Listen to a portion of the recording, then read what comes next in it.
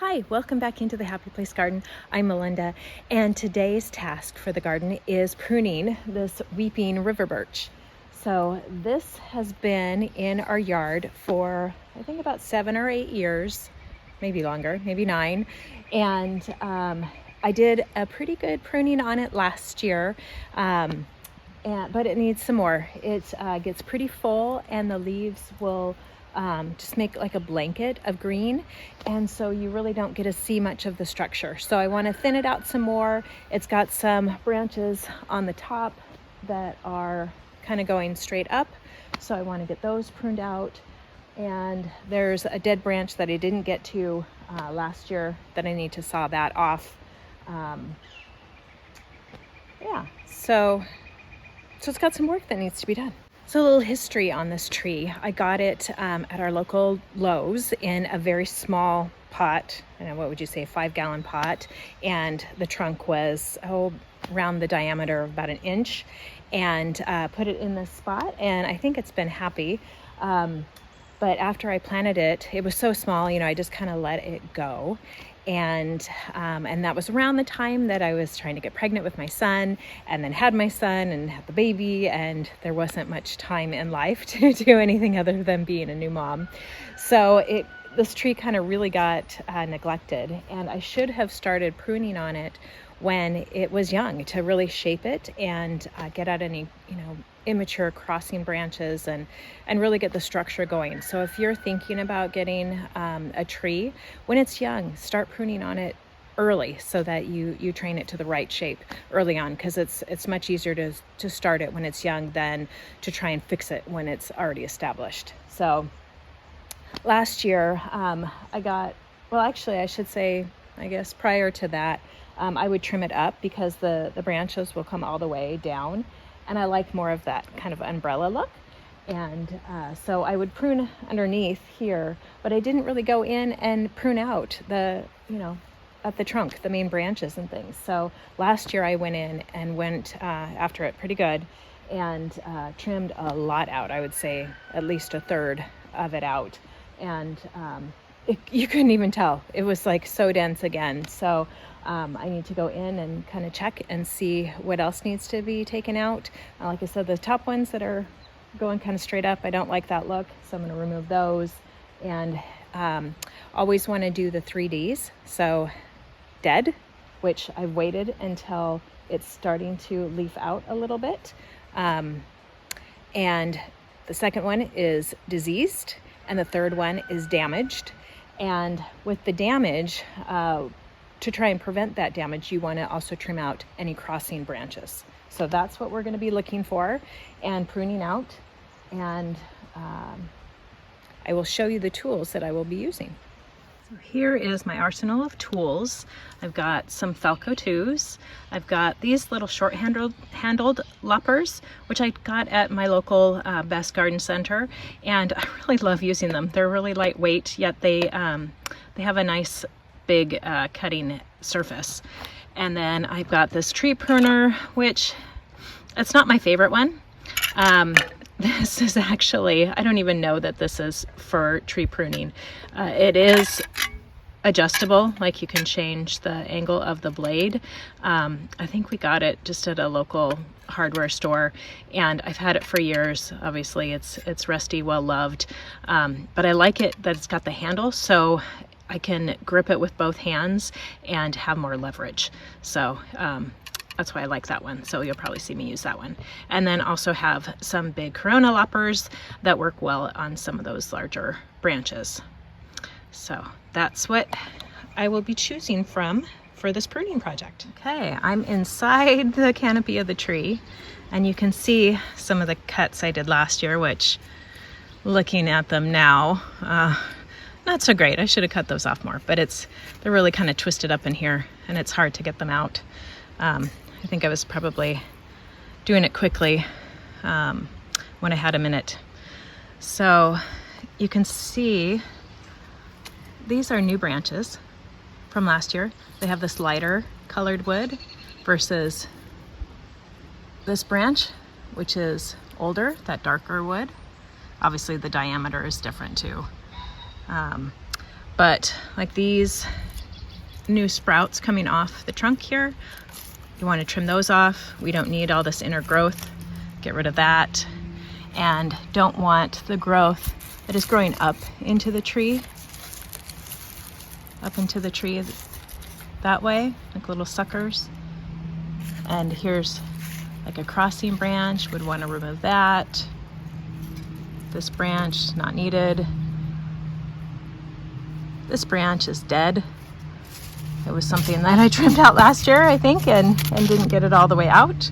Here's one that's crossing over the plant, or over the tree canopy. So thin some of that out, kind of open this canopy up. Allow more light in, and more circulation, better air. So a lot to prune. Over on this side of the tree, this is that branch I was talking about that is pretty much dead. This river birch suffer from borers, and like with this damage here, there might be some borer activity there. So I'm gonna cut that out as best I can and go after this. Here's another issue with crossing this, like, well, actually that's, oh no, that's a branch split off. Never mind that. But you want to look for any damage. Here's some bark missing on that one. And that branch actually might be dead. I'm not seeing any new growth on it. Like this, you can see this twig. No growth there either. So lots of that I can prune out. The new growth has these little green buds. So it makes it easier when I wait this long for the buds to bud out. So here's an example of where you can see some crossed branches that I let it go too long, and now they're like grown together. So I didn't trim that out last year, and I don't know that I will this year. But if I would have caught that early on in the tree's life, then we wouldn't have that issue. So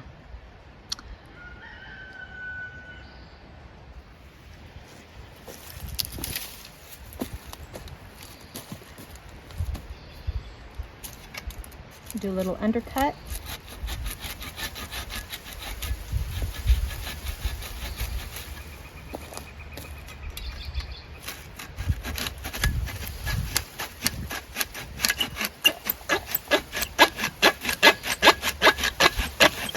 You can see where I use the handled saw so I can get this leverage.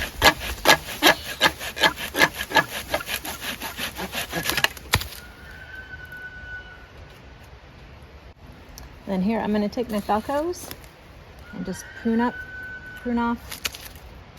a lot of these little branches in here. Try to get this debris out. You don't want that collecting because that can harbor insects and disease.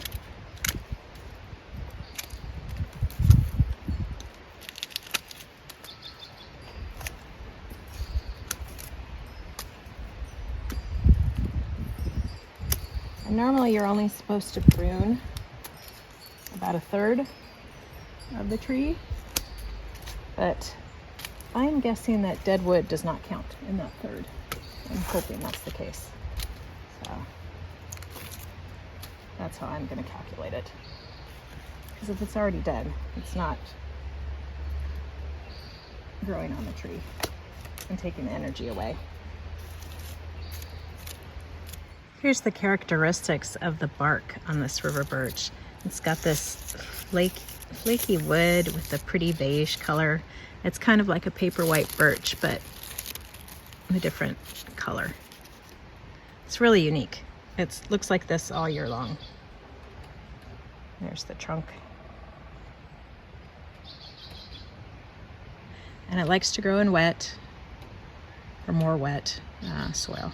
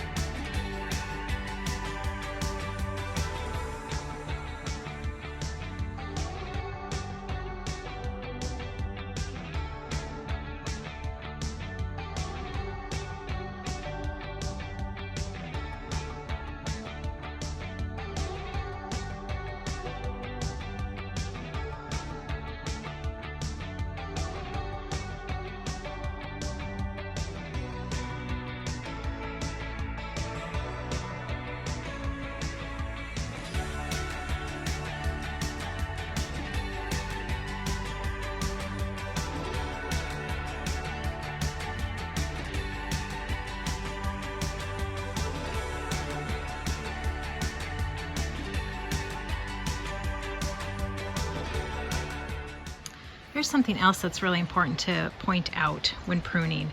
If you're going to be shortening a branch, you want to look at the buds and see what direction that they're going. If they're going to the side, if you trim here, then this branch will go off to the side. If you trim here, this branch is going more out this way. This bud here is heading out this direction, so you wouldn't want to cut there. This bud, is going up and out, so I like that one. So I would trim right there to get this new branch to go up and out. So you can see all these green little buds. But then when you come in, like here's a branch here, no green buds. So that's a dead one. But if you follow it further up, there's some live on the side branch that's coming off. So I'm going to go in here and take off the dead part.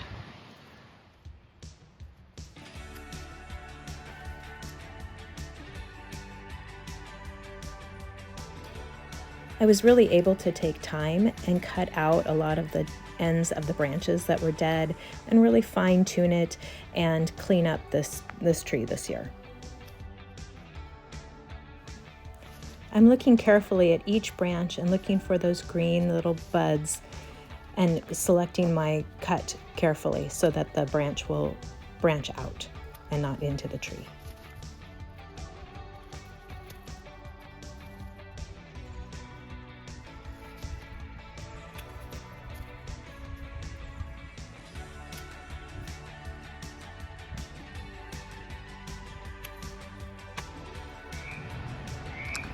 Okay, here is the after.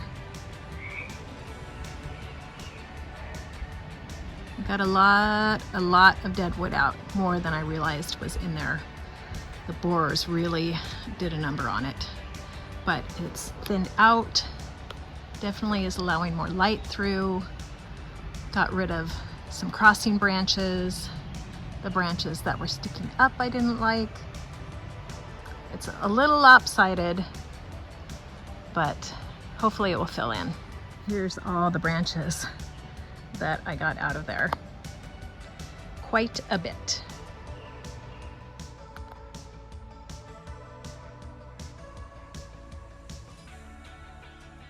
Thanks for tuning in today and watching me prune my weeping river birch tree. And it took a couple hours. As you can see, the sun came out, and I think it's looking pretty good. It still has work to do. I wish I would have started pruning on it when I first got it, so don't make the mistake that I did. So if you enjoyed the video, don't forget to give it a thumbs up.